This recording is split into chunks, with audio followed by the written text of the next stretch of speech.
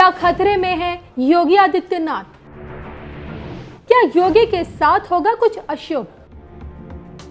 क्या बढ़ सकती हैं योगी की मुश्किलें? ये सवाल इसलिए पूछे जा रहे हैं क्योंकि बीते दिनों बाबा विश्वनाथ धाम में कुछ ऐसी अप्रिय घटना हुई है जिसके बाद से ही योगी आदित्यनाथ की चिंता की जा रही है। अब आप ये सोच रहे होंगे कि भला ऐसा क्या हुआ है जिसका संबंध सीधे प्रदेश के मुख्यमंत्री योगी आदित्यनाथ से बताया जा रहा है। 28 जून का दिन मौसम ने ऐसी करवट ली कि जैसे ही बिजली गिरी मंदिर का शिखर अचानक से टूटकर नीचे गिर गया। जी हाँ, गनीमत ये रही कि इस घटना में किसी भी श्रद्धालु को कहीं कोई चोट नहीं आई, लेकिन मंदिर के शिखर पर बिजली का गिरना और फिर शिखर पर मौजूद गुंबद का अपनी जगह से नीचे गिर जाना, इसे जरूर ज्योतिष दृष्टि से अशुभता के तौर पर देखा जा रहा है। दरअसल बाबा विश्वनाथ धाम में मौजूद मगधेश्वर मंदिर के शिखर पर बिजली गिरने से शिखर का एक हिस्सा टूटकर दूर जा गिरा था। अब ज्योतिष में देखिए, मंदिर शिखर या ध्वज पर बिजली गिरना या उनका टूटना एक अशुभ शकुन माना जाता है। इस घटना को देखिए गुजरात के द्वारकाधीश मंदिर से भी जोड़ा जा रहा है। ज्योतिष पंडितों का यह कहना है कि पिछले साल 13 जुलाई के दिन गुजरात के प्राचीन द्वारकाधीश मंदिर की गुंबद पर 52 गज के ध्वज पर बिजली गिरने से उसमें आग लग गई थी और जिससे मंदिर की कुछ दीवारें भी काली पड़ गई थी। और जो कि देखिए 5वीं सदी के ग्रंथ भृंग संहिता के इंद्रध्वज में ध्वजा पर बिजली गिरने को राजा और उसकी रानी के लिए एक अपशगुन बताया गया है। और इसलिए इस घटना के बाद गुजरात की सियासत में देखिए ऐसा बड़ा बदलाव देखने को मिला और ये बदलाव उस वक्त मुख्यमंत्री का कार्यभार संभाल रहे विजय रूपानी के लिए किसी तूफान से कम नहीं था। देखते ही देखते 2 महीने बाद, जी हाँ, इस घटना के 2 महीने बाद सत्ता की चाबी विजय रूपानी के हाथ से चली गई। अपने सभी मंत्रियों के साथ उन्हें इस्तीफा देना पड़ा और केंद्र नेतृत्व के इशारे पर रातों रात भूपेंद्र भाई पटेल प्रदेश के मुख्यमंत्री बन गए। अब रूपानी की तरह क्या योगी आदित्यनाथ की भी कुर्सी जा सकती है? ऐसा इसलिए पूछा जा रहा है क्योंकि विश्वनाथ धाम परिसर में मंदिर का शिखर का गिरना किसी अपशगुन से कम नहीं है और इसको लेकर योगी आदित्यनाथ जी की कुंडली अब खंगाली जा रही है। अब ज्योतिषों की माने उत्तर प्रदेश के मुख्यमंत्री योगी आदित्यनाथ का जन्म 5 जून 1972 को सुबह 10:54 पर पौड़ी उत्तराखंड में हुआ था। सिंह लगन में पैदा हुए योगी आदित्यनाथ ने अभी हाल ही में इतिहास रचते हुए प्रदेश के मुख्यमंत्री के रूप में चुनाव जीतकर दोबारा सत्ता में वापसी की है। इसके बाद अप्रैल के महीने से प्रदेश में कुछ सांप्रदायिक तनाव के बाद असामाजिक तत्वों पर कड़ी कार्रवाई व चर्चा में बने रहे। अब उनके सूबे के एक प्रतिष्ठित और प्राचीन मंदिर के शिखर पर बिजली गिरने का शगुन आने वाले 6 महीनों में अपने अशुभ परिणाम दे सकता है।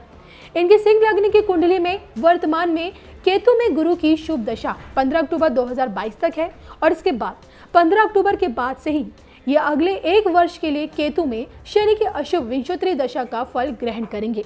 इनकी कुंडली में केतु 12वें घर में शनि की तीसरी दृष्टि से पीड़ित है। केतु में शनि की विंशोत्तरी दशा अक्टूबर 2022 के मध्य से 24 नवंबर 2023 तक रहेगी, जिसमें योगी आदित्यनाथ को कुछ प्रतिकूल स्थितियों और चुनौतियों से गुजरना पड़ सकता है। इनको प्रदेश में कानून व्यवस्था, रोजगार के मुद्दों, राजनीतिक उठापटक, विरोधी दलों से तनाव आदि का सामना करना पड़ सकता है। तो भले देखिए शिखर का गुंबद बाबा विश्वनाथ मंदिर का ना हो, लेकिन जो कि मंदिर परिसर में ही गिरा है, इसलिए इस घटना को लोग देखिए योगी आदित्यनाथ से जोड़कर देख रहे हैं। देखा जाए तो जब जब मौका मिलता है योगी हमेशा बाबा विश्वनाथ के शरण में नजर आए हैं। मुगलों के हाथों बाबा की इस धाम को देखिए कितनी बार लूटा गया, कितनी ही बार तोड़ा गया, लेकिन देखिए भक्त और भगवान का रिश्ता तोड़ पाना असंभव रहा और आज देखिए पूरी भव्यता के साथ त्रिशूल के नोक पर टिकी काशी में बाबा विश्वनाथ विराजमान है।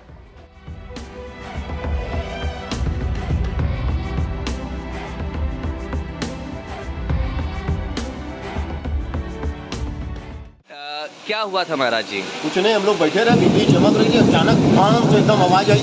बैठे बैठे कान वान एकदम सुन हो गया। चारों तरफ अगल बगल गुंबज गिरा और लाइट बत्ती सब स्टार्ट हो गई। गुंबज और पत्थर के बड़े बड़े टुकड़े चारों तरफ गिरे। कितना हिस्सा क्षतिग्रस्त हुआ? खाली गुंबज का हिस्सा ऊपर का। तो क्या अंदर मंदिर के अंदर मलबा है? अंदर मंदिर के चारों तरफ दिख रहा है, लेकिन अंदर कुछ भी प्रॉब्लम नहीं भाई, नहीं। जबकि ये हकीकत है कि बिजली गिरती है तो एकदम छेदते में नीचे चली जाती है और ज्यादा कोई बाबा की इतनी कृपा कि वो बिजली ऊपर गिर के अनार की तरह जो है उछल गई, अंदर नहीं है और कुछ ज्यादा क्षतिग्रस्त। जब मैं बनारस आया था तो एक विश्वास लेकर आया था विश्वास अपने से ज्यादा बनारस के लोगों पर था, आप पर था। आज हिसाब किताब का समय नहीं है, लेकिन मुझे याद है तब कुछ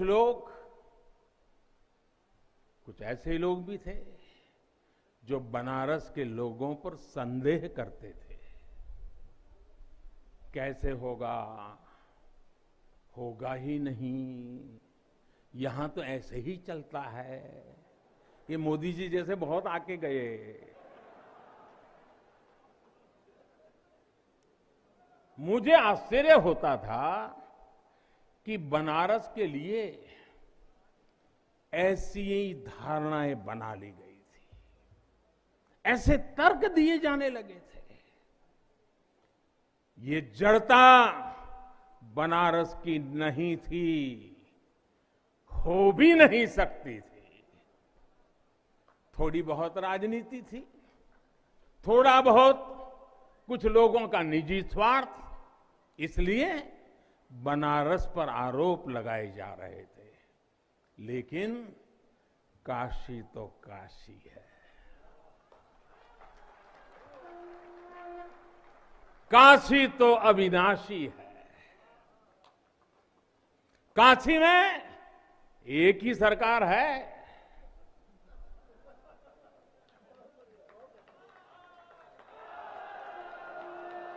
जिनके हाथों में डमरू है, उनकी सरकार है। जहां गंगा अपनी धारा बदलकर बहती हो, उस काशी को भला कौन रोक सकता है। काशी खंड में भगवान शंकर ने खुद कहा है, विना मम प्रसादम वै कह काशी प्रति प्रद्युत्ते, अर्थात बिना मेरी प्रसन्नता के काशी में कौन आ सकता है, कौन इसका सेवन कर सकता है। काशी में महादेव की इच्छा के बिना न कोई आता है और न यहां उनकी इच्छा के बिना कुछ होता है। यहां जो कुछ होता है महादेव की इच्छा से होता है। ये जो कुछ भी हुआ है महादेव ने ही किया है।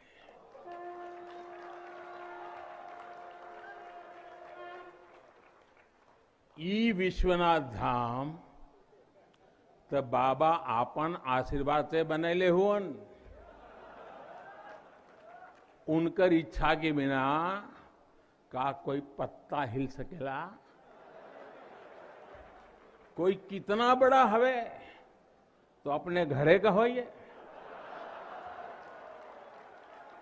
ऊ बोलिए तबे कोई आ सकेला, कुछ कर सकेला।